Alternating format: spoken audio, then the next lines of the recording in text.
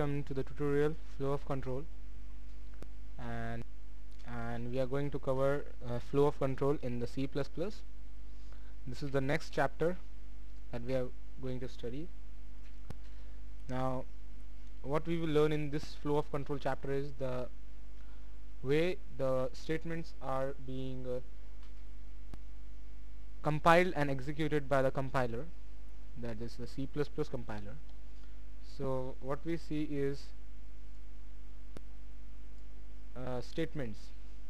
There are basically three types of statements. Actually these are not the statements, but these are the ways of executing the statements, or just you can say that compiling the statements.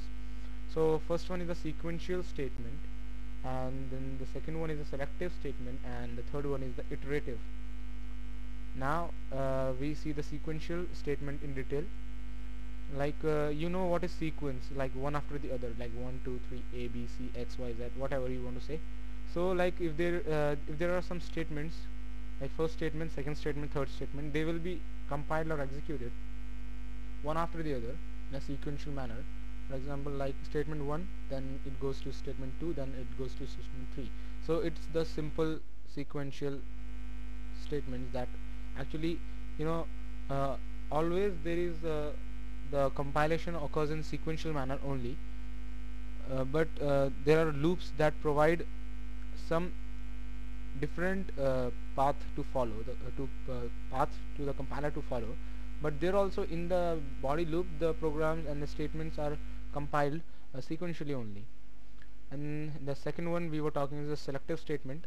So what happens in the selective statement is that we have a condition, like any condition, like A is greater than B, or B is greater than A, or B equal to or less than B. Any condition that we have learned till now in the C++ language is given to the compiler, and it checks for the condition.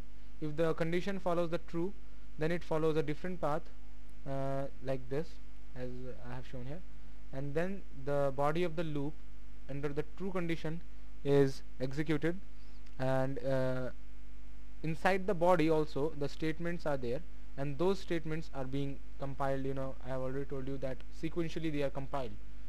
If the condition is false, if the condition is false, the compiler takes another path. It takes a false path, means it's there in the compilation process. I mean to say that you have to give to the compiler what the compiler have to do if the condition is false. So there is another body that will be having the statement 1 and statement 2, that will be compiled sequentially. So one more thing, that after the true statement, true body or true body loop has been executed, the compilation starts after the false statement, because it has not executed the false. It will skip the false body, false condition body, it will skip it. Now here we look at if statement C++ in, okay, like you know, if you know the literal meaning of if. We use if to say something contrary. So in the same manner it is used in the C++. So what is the syntax? The syntax says if expression in the parenthesis.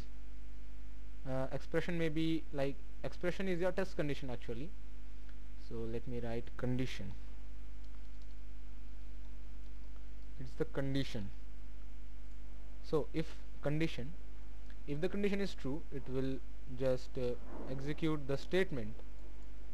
Here I have only one statement, say one statement I have. So but if I have like statement 2 I have, then what will you say will happen?